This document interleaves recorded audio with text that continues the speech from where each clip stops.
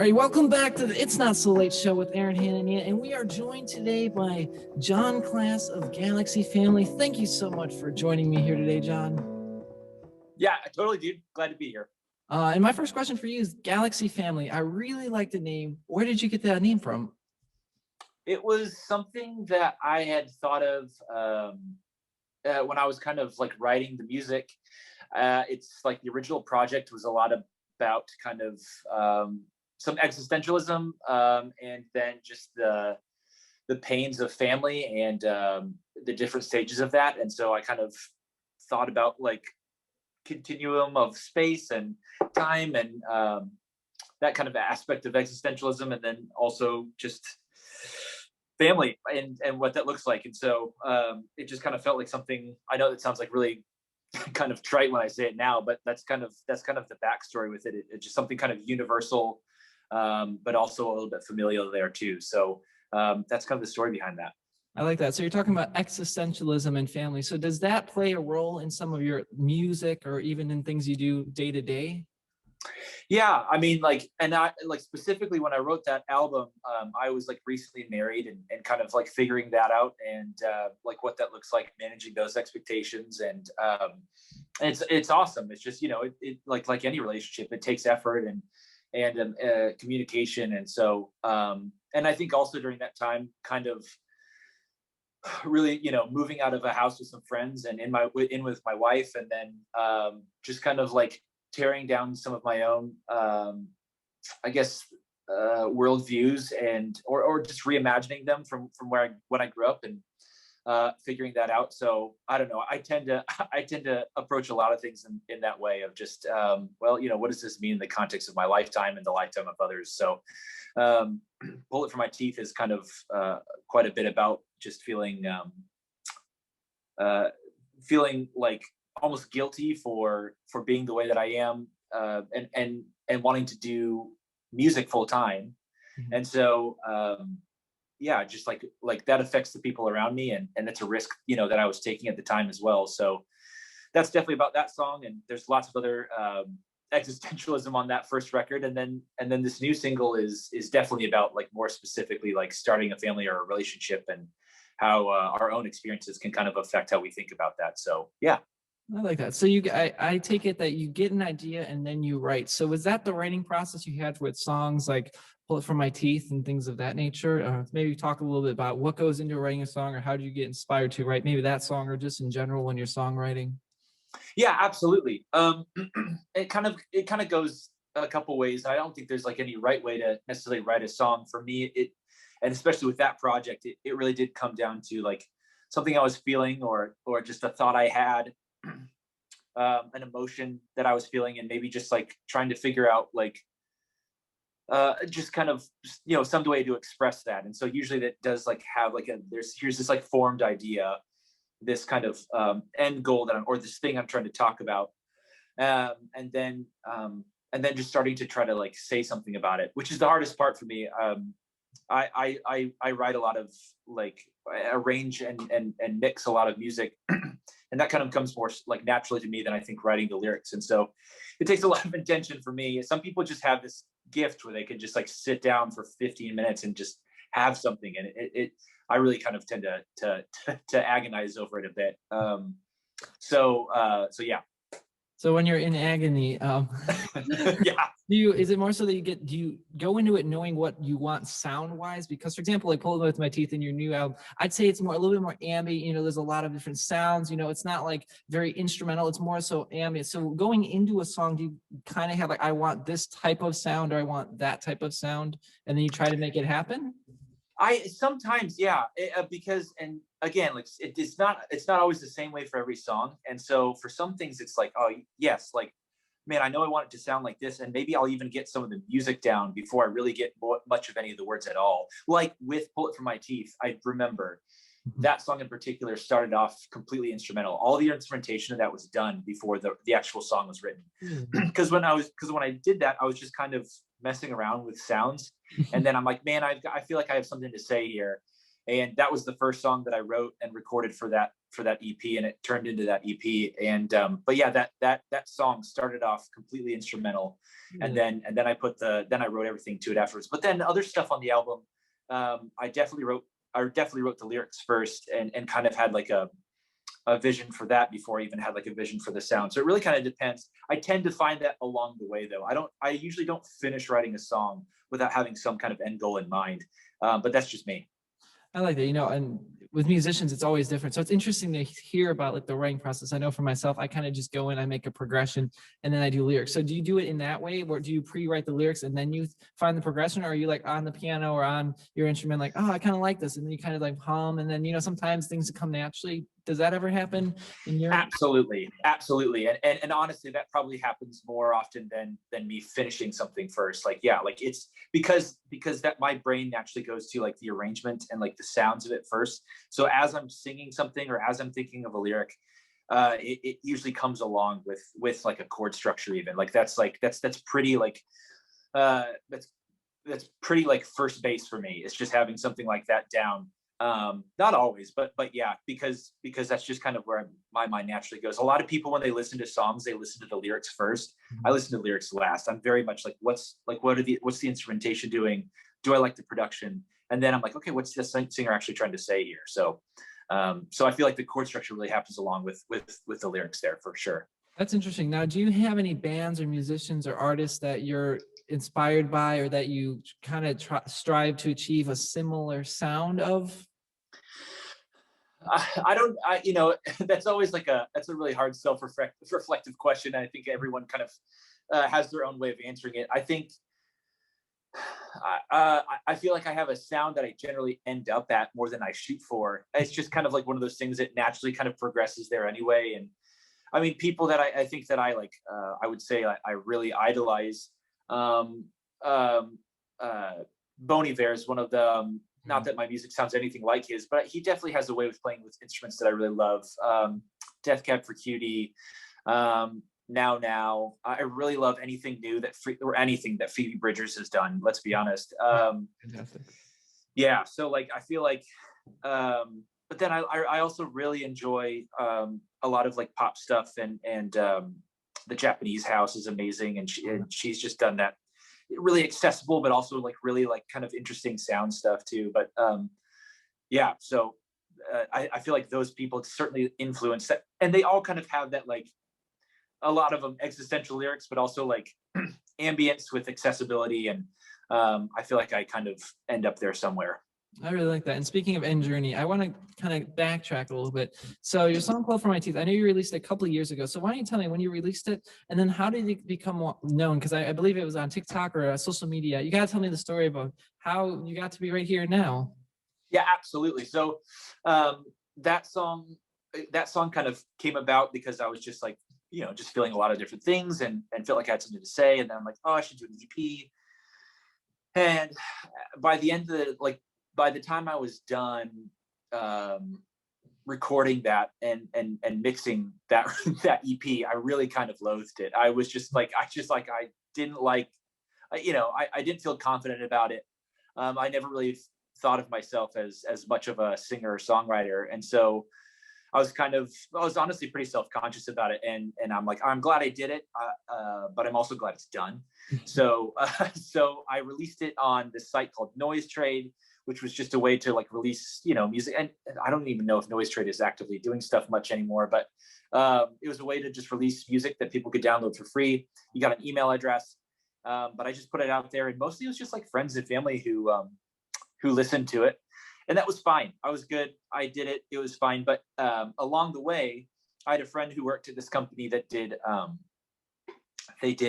like Bluetooth speakers. And so he knew that I produced records for other artists, and he's like, hey, do you have any artists that might want to like license their song for, it's like a 30-second clip that we use for a demo. We need a couple of these for these Bluetooth speakers that are going, out across the nation. And I remember it paid like $300, and I'm like, I could use $300. So I said, hey, I just finished this song. Would you consider using this song? And they really liked it, and they put it on the front. They put it as the first song on the demo, and that was it, man. It just stuck. It stayed there.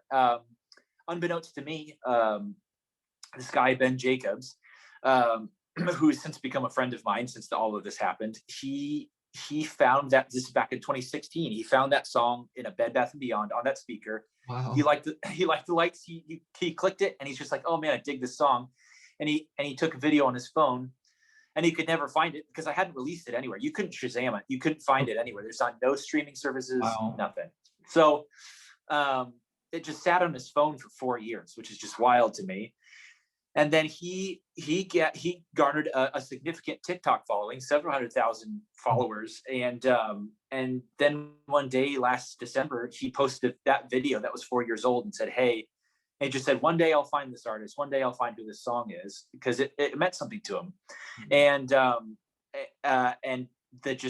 song just like blew up, and like there was Discord servers made for it. Oh my gosh. There were, there was like a thread on Reddit about it, and people were just looking all over the internet. They called Bed Bath & Beyond. They called all these distributors for that stuff. Yeah, it was wild to me. This all happened over the course of like 24 hours, and I had no idea. I had TikTok, but I used it for like, comedy pages that I thought were hilarious, and then like cocktail recipes. So like it was very from a viewer's perspective, not a participator. So, right. But my friend Chris then, my friend Chris texted me, and he's like, hey man, your song's blowing up on TikTok. And I thought that he meant like somebody that I had worked with, because I work with lots of different songwriters and bands making their records. And so I'm like, great, like which one? He's like, your song. I'm like, I don't have any songs. He's like, no, like the one that you put on the speaker 5 years ago. I'm like, what are you talking about? He's just, check it out. He sent me the link, and I was just like, I almost had an anxiety attack. It was just so much, because the video had like 1 million hits, and then like people started sending me messages on Facebook, on my Facebook page, because they had figured it out finally that it was me, and like that was the only place that Galaxy Family was listed. So yeah, so then that was kind of the whole thing. That was it. Is that one thing happened, and then I posted a video on TikTok and got all this kind of, overnight got like 12,000 followers on TikTok. You know how that is, though. It's super fickle, and it's just, the attention is not, nearly what it was, but that's fine. Because it kind of kickstarted this whole thing, and I released the song and the EP the next day, just because so many people were asking for it. And literally today, like it just hit over 300,000 streams on Spotify. So, and that was 3 months ago, like basically to the day. So that's kind of how that whole thing came about. I'm floored. But now I'm just like, all right, this is a great opportunity for me to keep doing music. So I like that. So I know you're telling me you mix bands, and that I want to go to that in a minute, but performing wise, do you do a lot of live performances? Obviously COVID-19 happened, so live is more so virtual performances. So did you used to do a lot of live performances? And if you did, what was your favorite part about being on stage?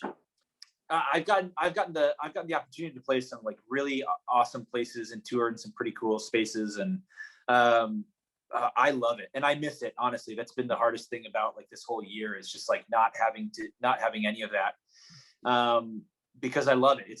It's really nice for me to get like a change of pace, right.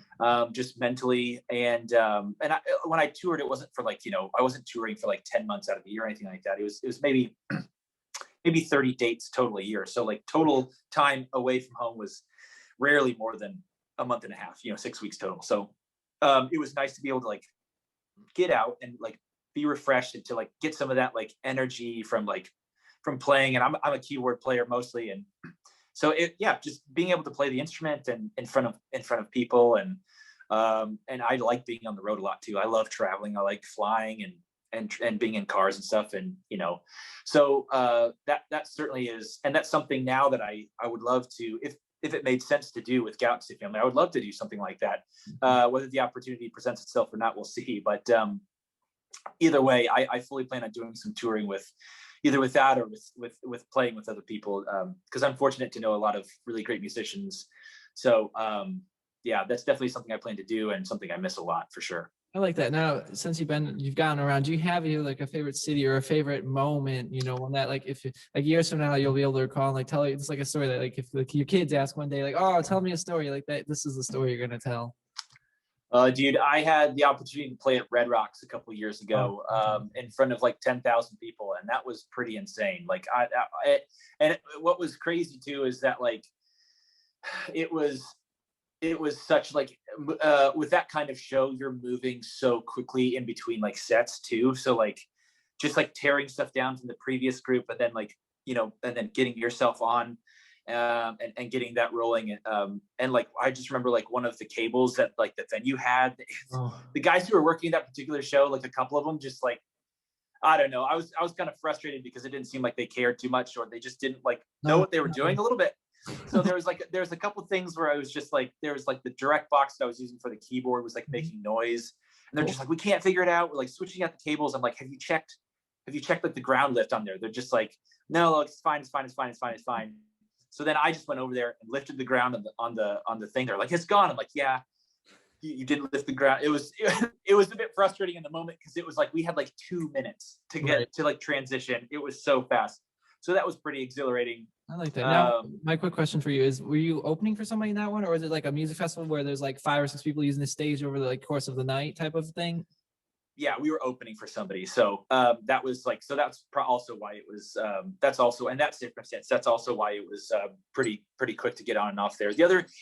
The other couple places I'm a big fan of, like the House of Blues. I got to play a couple of those different venues, Chicago and Anaheim and Cleveland. And Chicago House of Blues is really near and dear to me. I just love that venue a lot. And so I've played there, I think 2 or 3 times, and it's just like a really historic venue. And so yeah, I'm Chicago's such a cool city too. So playing there, I'm trying to think of like something specific that I remember. Okay, so we were playing here's a story, because we were playing the House of Blues show in Anaheim, and it was at the time it was relatively like new, that like they'd redone the venue, and there was probably like 1,400 people there.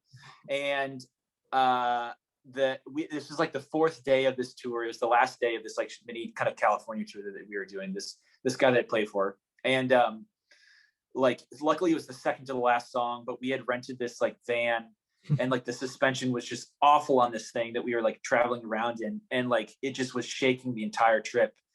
And like the second to last song, my keyboard just froze. It was an organ patch, and it just stayed. I couldn't change any more notes. It was just playing the same note, the same chord that I was playing the entire time. No. I had to like shut it down. Oh, it was awful. Like I restarted it 5 times, and it never worked. And I took it home, and it didn't act up again. But then I opened it up, and I did a little bit of work on it, and I sold it, because I'm just like, I got to get a new one here. I can't risk it. So, but that was pretty horrifying, because it was just like, all right, here's this like, you know, $3,000 keyboard that just broke in front of 1,400 people. So it wasn't super fun.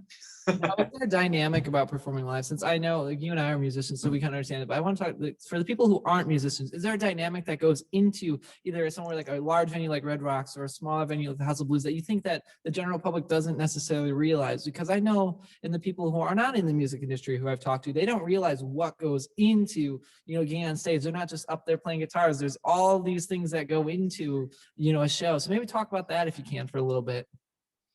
Absolutely. So, I mean, touring can be like the most fun, and it can be like the least fun as well. It's like, it's super unsexy sometimes. The worst thing is like when you're on the road and you're sick.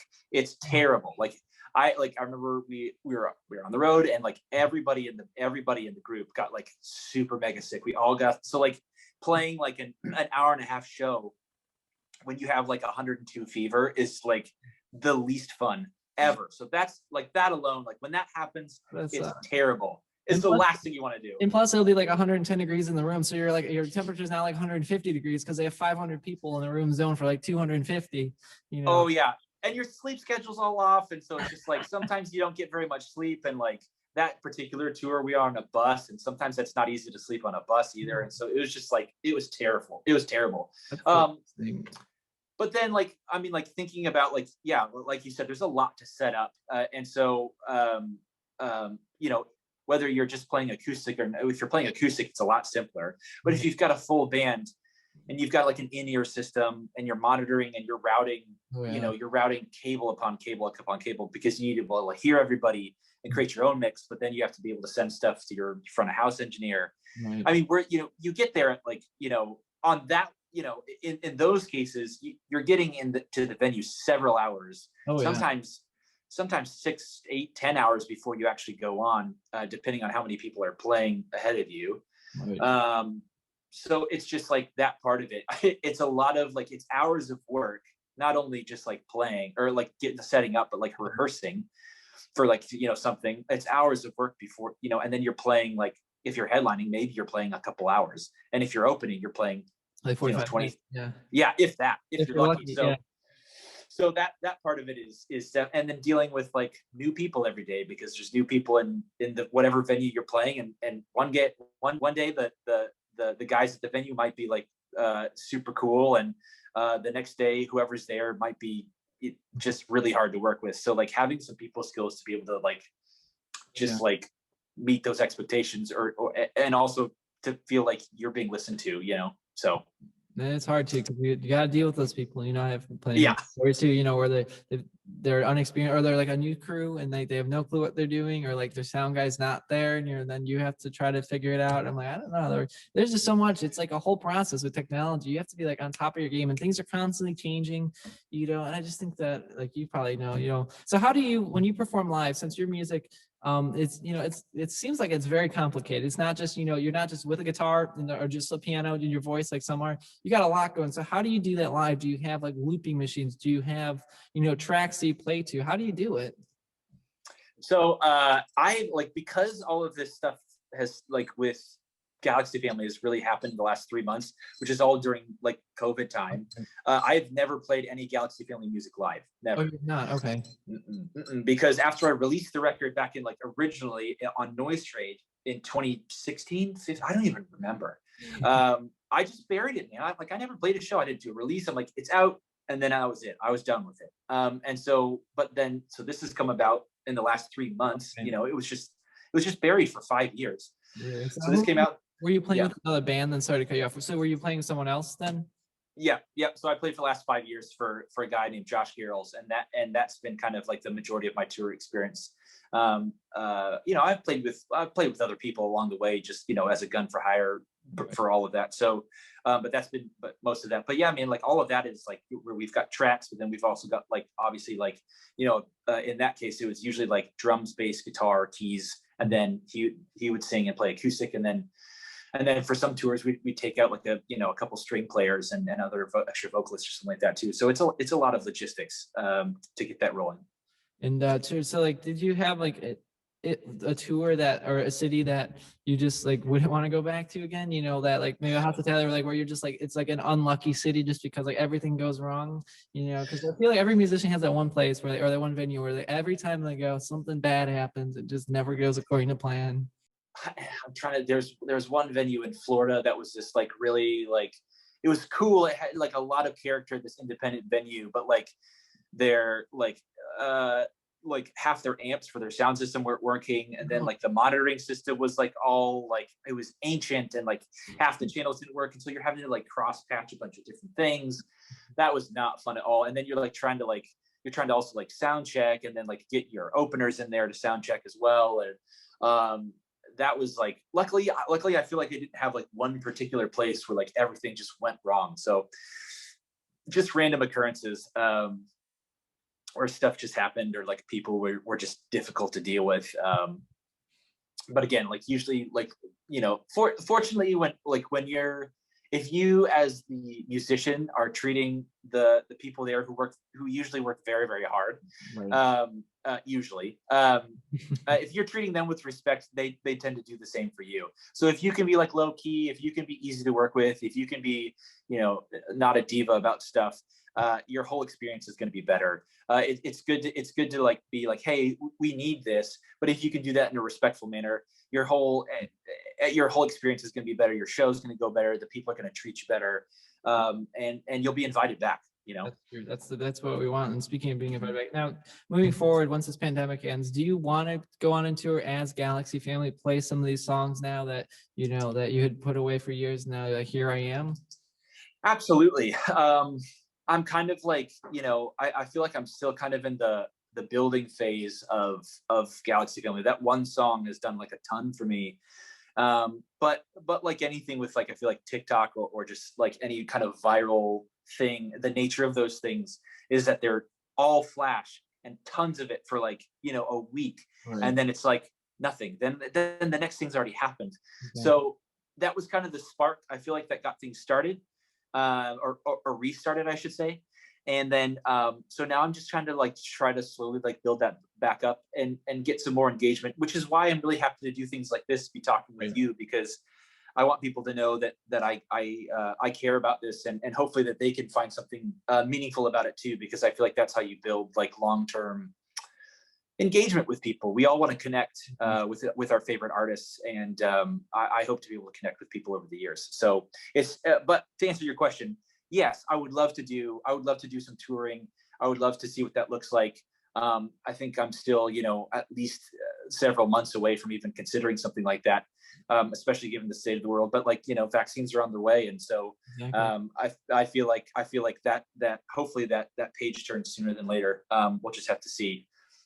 I like that. So you're talking about engagement now in the music industry. I think that's a really important part about the music, right? So you have the music, you have the live venues, but then you have like the interaction of artists and their fans. And sometimes I feel like there's a lack of that when there's more famous artists. Obviously, the smaller artists, they interact after the show, but like bigger artists. So like down the road, how do you want to try to encourage interaction, or how to have interaction with your audience?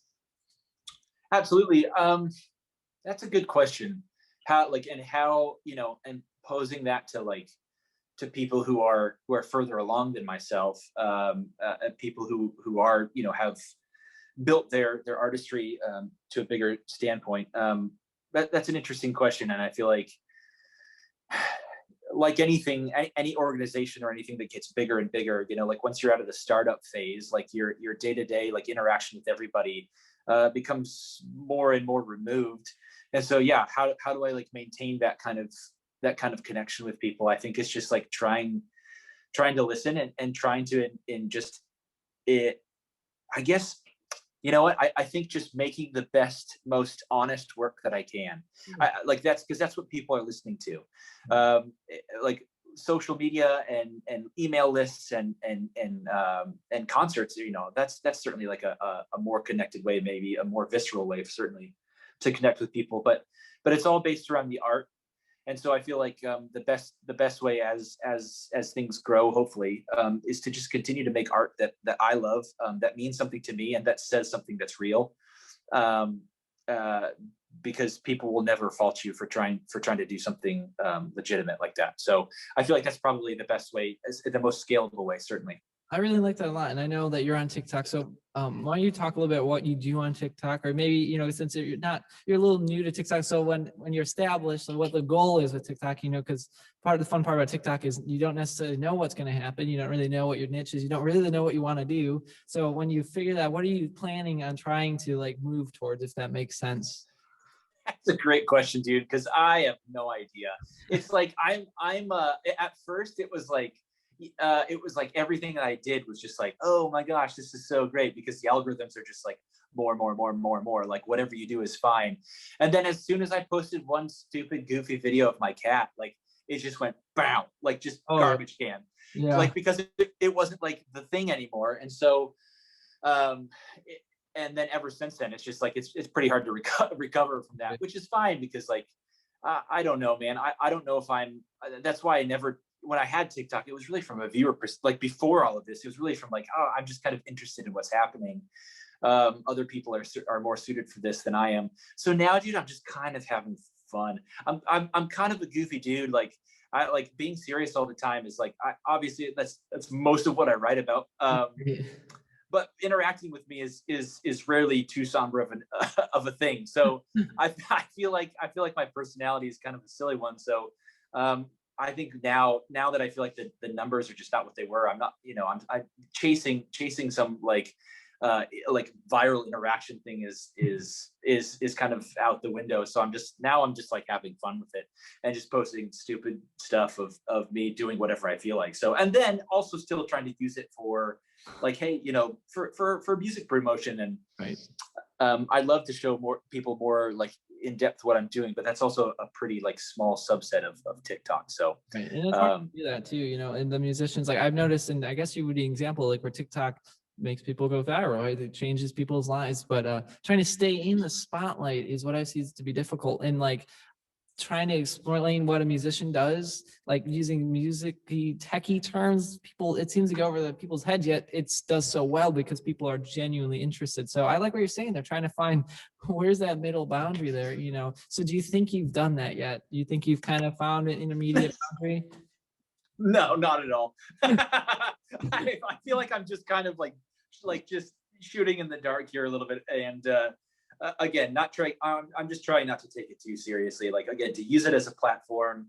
But TikTok it's such a it's not an app built for musicians because it's not based on like long-term engagement with people, rarely, unless you're in like the millions and millions of followers. Right. But it still has to be pretty sensational to keep like people salivating. Exactly.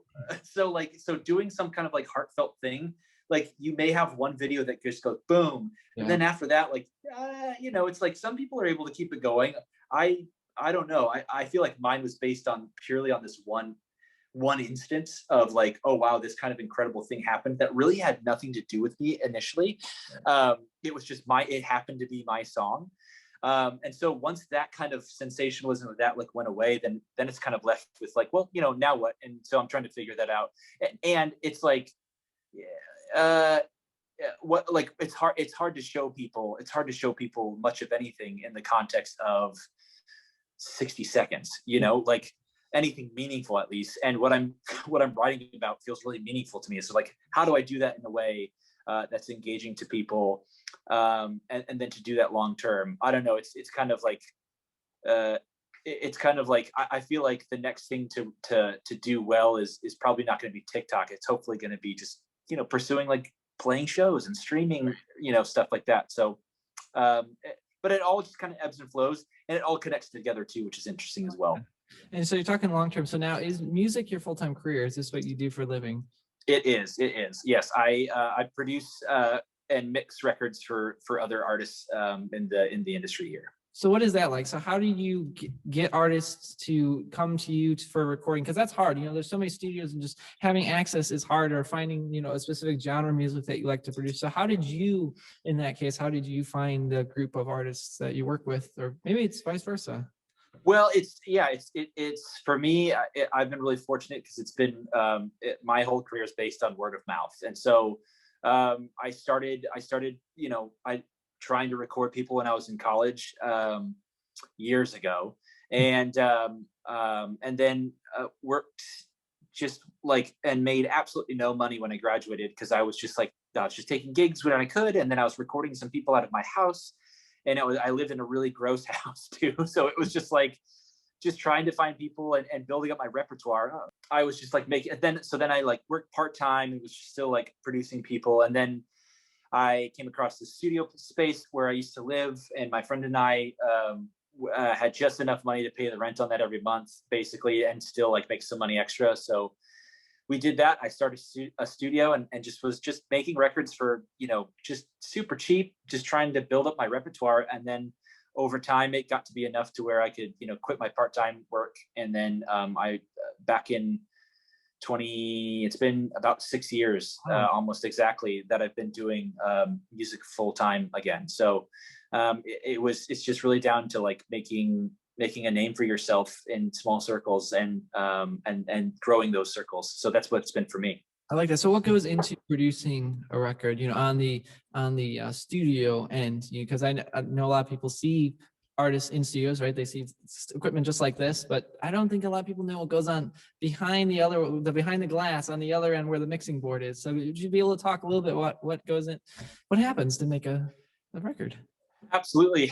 For me, it always starts with a relationship. So like somebody comes to me, and usually it's like somebody I know knows somebody else, and we just have met, which is great because there's always a foot in the door already. It's just like, oh, how do you know this person? Oh, how do you know this person? So the conversation starts that way. I'm a really informal guy. Like, I don't like to be all business, because I feel like when you're making art, you don't want to be stiff. Like, at least not me. So, and I tend to find that people also like to feel comfortable in an environment that's like vulnerable. So, and vulnerable in the way that like, I'm presenting this like careful thing, this little baby bird of a song, like you're bringing it to somebody else. And so I want to handle that with care. So it starts with the relationship, and then starting a conversation, like listening to the songs and just figuring out like, okay, like what, does there anything need to be improved here? Like just square one, because I feel like great records are made from, from the bottom up. You can't just like, yeah, phone it in. Well, you can, but like, I don't want to.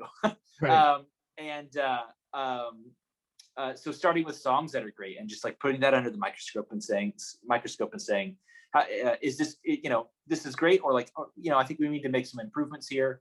And then talking about like arrangement, and it's a lot of conversation before the studio even happens sometimes, not all the times, because sometimes it's like, hey, I've got the song that's half finished, like let's kind of build out the track together. So it works that way as well. But again, it kind of like depends on like the style of music. It depends on where people live, because especially in the past, pre-COVID, most of my clientele were from either out of town or more often out of state, and so people would come stay with me, and we record as much as we could, and then either schedule another time to come back, or we would just pass some stuff back and forth. So, yeah, and then sometimes you're hiring musicians, sometimes you're working with budgets, like what can we afford, like a string section, or like, hey, we want to hire a different guitar player or something like that, or send it to this mastering engineer or something. So it's a lot of logistics with that too. Along with it, you kind of have to balance the numbers with the actual art of it, which is never fun.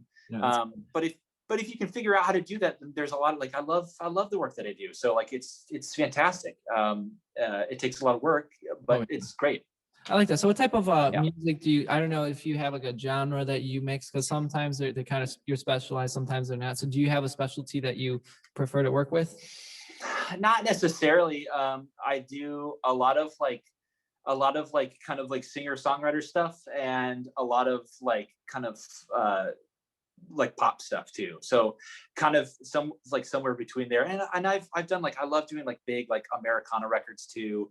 And the great thing about our current like setup with like just the way that music acts right now, is there's so much bleed over in between genres too, which I just love. And I feel like you always kind of land somewhere in a lane, but I feel like there's just so much room for like crossover. And especially with this newest single that I put out, I feel like I really kind of went for it with that too, where there's a lot of ambience, but then there's like, so I hired my friend to play some strings on it, and she just blew it out of the water. And then there's these big like 80s synthesizers and like guitar moments too. So I feel like it's a little bit of a lot of what I like to do. So but yeah, I kind of love it all. I really do. I like that. So is there any type of maybe instrument or any sound that if like a musician's like, I want this in my song, that you go, oh gosh, and you like your soul dies and things like that, because it's like a lot of work, or it's complicated to do? So sometimes it kind of depends, like I'm trying to think, if it's like a particular sound, it's usually not like, oh, I want this sound, and I roll my eyes. Like it's right. More like it's usually like, oh, I want this song to feel better. It's when things get vague and you don't know why. Why isn't this working like I thought it would? And it's rarely good to just pigeonhole it and just like force it to happen, because it usually never works. It's like, it's frustrating, but like, and sometimes you have to spend another day working on just one stupid idea to get it rolling, but like it's almost always worth it. So it's rarely like, oh, this one sound is just like so frustrating. What's hard is me, if I'm like working with like a limited budget, and I'm like, oh man, this song would really benefit from like an orchestra or something like that, and you just can't do it. Like that's when it's hard, trying to figure out those kind of like ways to do that. But like, that's why you have friends who do music with you, because sometimes you call in favors, just like, hey, this person doesn't have a lot of cash, but you still be willing to do it because it's super cool, and because I love doing that. If it's cool, I want to do it, and other people do the same for each other too. So usually it's like, sometimes, luckily now, like I feel like early on I worked with anyone, and a lot of times it was like, oh man, these songs suck, but I need to make money, No, and now I okay, for quick. What do you mean by it gets silent? What sucks about a song? Because I mean, there could be, is it like the song itself, like lyrics, or the way it sounds? You're like, this just isn't hitting right. yeah, there's a lot of things that can suck about a song. Yeah, the lyrics could just be like really cliche or just like I don't know, just not well thought out. Melodies can just be could be contrived or and I'm fine with like a great hook. Like I just like I'm if it's accessible, that's great. Like if you don't want it if you want it to be a little bit more thought provoking, then like just figuring out what like does this feel right for what like we're ultimately headed towards. Exactly. um but I don't know, it's like what's that old definition of like pornography? Like I can't describe it, but you know it when you see it. It's like the so like what's a bad song? Like I can't describe it, but you know it when you hear it, kind of thing. Like it's just it's the same thing. It's just like well like, and you can usually name it. It's just like this feels like disjointed, or it feels like two different songs mashed together. Like it takes a little bit of perspective, and then how do you approach it with the artist too? Like how do you say that gently? But luckily, I feel like now for the most part, I get to work with people who are generally pretty amazing. So I like that. So, I understand you have a big setup, I'm assuming, but what's your advice, or what little tips and tricks do you have for people who are like, me, for example, where it's like more like DIY, maybe you'll reach out to a friend. So what advice as you're a professional do you want to give to people who are doing it all themselves or trying to do it themselves? Oh man. If you've got a little bit of money, sink your money in the mix. Sink your money in the mix. Like, and I've seen people like record at these giant studios, these expensive places. Oh, this gear is so beautiful. It's great. A, they don't know what the hell they're doing. And B, they mix it themselves. And it's just like, it's recorded on great gear, but it still like sounds terrible. Exactly.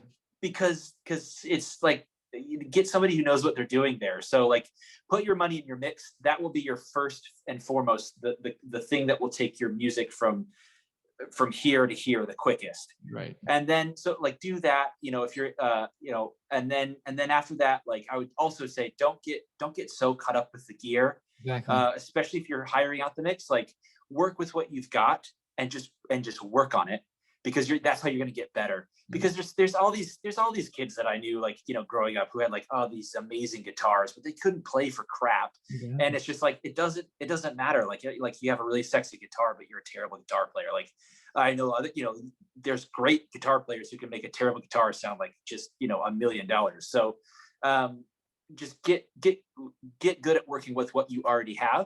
Mm-hmm. and then work your way up. You don't have to spend all your money on the biggest mic studio. And there's some really affordable, great sounding microphones, as I'm sure you're aware of, that you could do a ton on.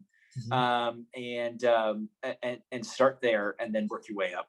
There's a great quote, and I'm probably misquoting it. It's like a great musician can go into any room and play any instrument and make it sound great. So that's exactly what you're saying, right? People, and I think that's a misconception too, is that they see mics like this, they're like, oh, this is big, expensive thing. We need that to do great music. Yet, there's been plenty of songs I've heard or that I've done where they're recording on like simple mics like that, and if you make it work, I've seen people literally tap on furniture, put that as in a drum track. It can be done well.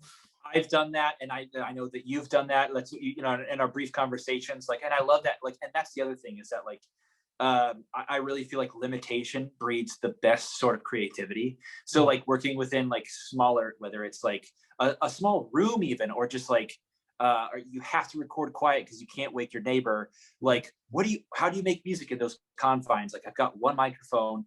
But then you think like you're absolutely right, man. I mean, like Michael Jackson used like a 57 for half of his vocals, or an SM7. So like, yeah, so there's great. You can get great sounds with inexpensive stuff. And good musical equipment is now more than accessible now more than ever. So like, yeah, doing that, like use your desk as your drum kit.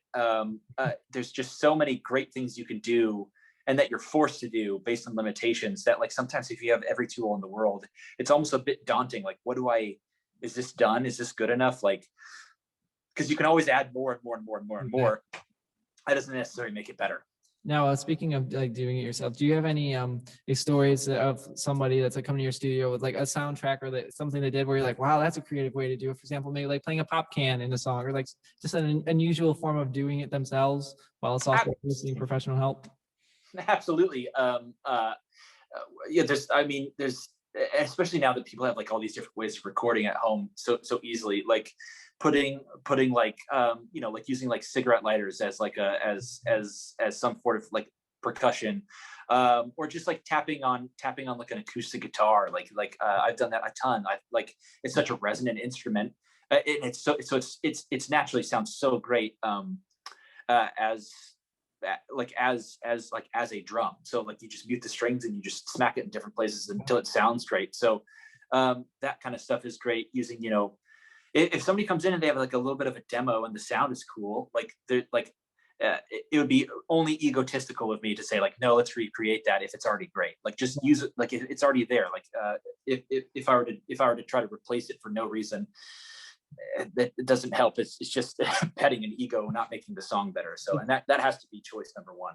It's like, why rebuild the wheel when we have something that rolls, and If that's, it ain't broke, don't fix it. if it ain't broke, don't fix it. That is a mood in the music industry. If it ain't broke, don't fix it. And if it is broke, we're gonna fix it because we don't need to buy a new one unless it's essential. As you know, we're gonna get that cable to work as long as we can, even if it's in two pieces. We will duct tape it together and make it work another show. Oh, and I've done that. I've done those sort of things tons and tons of time. It's just like, all right, we broke the string on this guitar, but we still got to use it. So exactly. Like 5 strings. We're doing 5 strings for the show. Now, are you? I know we were talking earlier. Is your studio in Nashville, right? Yeah. So I moved here about a month ago. The studio building that the building that my studio is in, the owners bought it a couple of years back, and it just like, they just stopped taking care of it. It was really frustrating. But then after COVID hit, there was just, there was like a bank in that building. It was this big 7-story building, and I was on the 6th floor of it. And there's a bank in there, and they moved out, and they just stopped renewing the lease. My wife and I had talked about moving down here before because I was wanting to get out of that situation anyway. And yeah, so it just felt like the right time, and we've talked about it for such a long time. But now I've just got like the house that we're in. I'm like, it's got a converted garage, and that's what I'm working out of right now. So yeah, just kind of it's a new, like the old studio I had was just this big 1,400 square foot place. It was all built out. It had like floated floors and really great room separation and isolation. And this is all one room. But I feel like that's kind of the way that people are making records now anyway. And if I really need a studio, there's a lot of them down here in Nashville too. So I don't feel like I'll have to go too far to get something. So speaking of Nashville, it's a nationally acclaimed music scene. So how do you think, or how has that impacted, your career now that you're in like the hub of musicians who all are trying to make it big? So you have a lot of people that need sound engineers, sound mixers. So has that changed your career a little bit for the good, of course? It's 1 month in, and I feel fortunate because I already know, quite a few people that have been down here. But yeah, like already just being down here, I've met a ton more people and just make, connections through that, and just started down some conversations and some paths with some, even some A&R people down here. And so and I foresee it like, impacting me more the more I'm down here too. Again, I've only been down here a month and it's already been fantastic. So and I think that was the other part of the move as well. Like I was in central Indiana, just north of Indianapolis, and I loved it. My wife and I had this great, community of people that we loved, and a house that we had that was, just full of character we loved. And so how many times can I say loved? Anyway, it was great, but not exactly like ideal to like make a music career in. And I was comfortable, man. It was awesome. Like I made a really good living, and I was making records that I loved, but I just kind of felt myself like looking 20 years down the road and just seeing like, I don't know if I'm going to get where I think I'd like to go, or at least try to try to go if I stay in Anderson for the next 20 years. So I like, now's the time to kind of move down here. So it was a hard decision, but a good one. And it's been really exciting. So I like that. So looking ahead 20 years, where do you see yourself, or what do you want the John class of 20 years from now to be like? That is a good question. I don't know, man. I'm just going to keep trying to grow the things that I'm already doing. As long as I can get better at what I'm doing, and continue to make more friends in this industry, and treat my friends well, and continue to make music that I believe in, that I like. And I think I'll be fine. I just feel like there's more opportunity to do that down here. So whether that's producing stuff or just mixing stuff, I'm kind of open to, or just Galaxy Family, who knows, 10 years is a long time to build something, so I feel like who knows what that's going to look like, and I plan to try do a good job of all of it. So but it is nice knowing that I feel like I'm in a place that has the most the most number of catalysts for that to grow. So speaking of Galaxy Family, is there a way you'd be able to end out a show playing a couple of your songs? Yeah. I'd love to show a couple songs. I just have my Rode set up to be able to sing, and a mic, and so yeah, I'd be happy to do that. Hey, which songs are you gonna sing for us? I'll do Pull It From My Teeth, and then I'll do the new single here, To Be Alone as well. Sweet. Kind of an abridged version, yeah. I like that. So is this gonna be the first time you're performing the new single live for somebody? It is. You are the first one. Hey, we heard it here first on the It's Not So Late show. Jonathan Class, thank you so much for joining us, and I can't wait to hear these songs. Absolutely. Thank you so much for having me. I really appreciate it. Of course.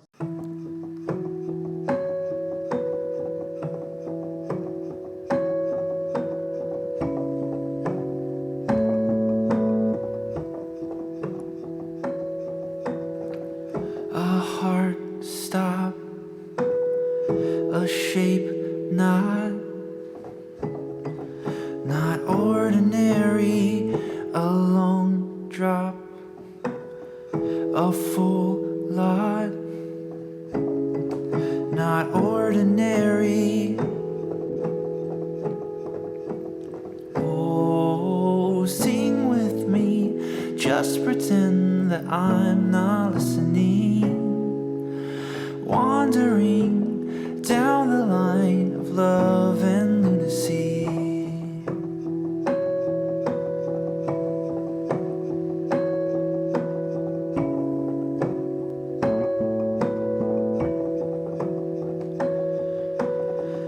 A long wait, the time breaks, the years waning, a long day for your sake, so arbitrary, like dictionary, just pull it from my teeth, sing with me, just pretend that I'm not listening, wandering down the line of love and lunacy.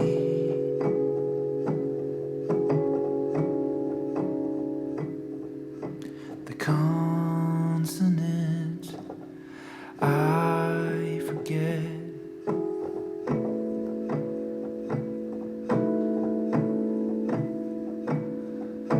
the consequence I regret, the consonant I forget. Oh, sing with me, just pretend that I'm not listening, wandering down the line of love and lunacy. Sing with me, just pretend that I'm not listening, wandering down the line of love and lunacy.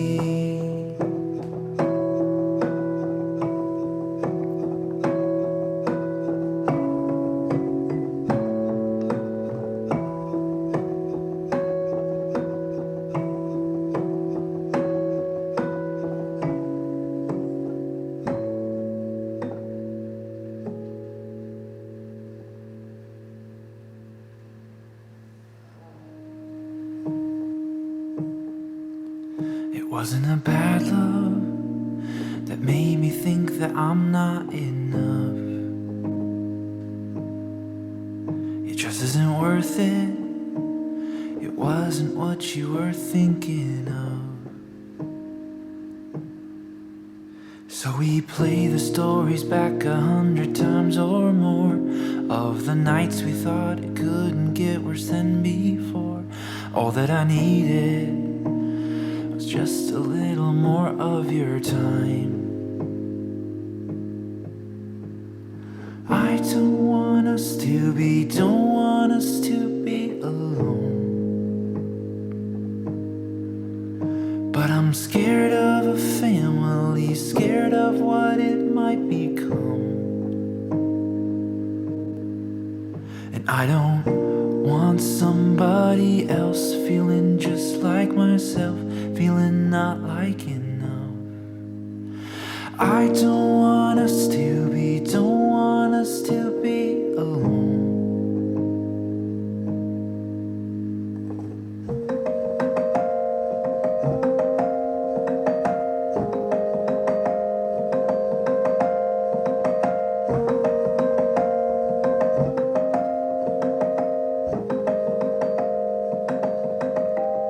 You said you were sorry, but never said it might be your fault for not being honest about the way that you were. A little bit lonely, and even more a bit insecure. But I can't have someone young feeling about me the way that I feel about you now. I don't want us to be, don't want us to be alone. But I'm scared of a family, scared of what it might become. And I don't want somebody else feeling just like myself, feeling not like enough. I don't want us to be, don't want us to be alone.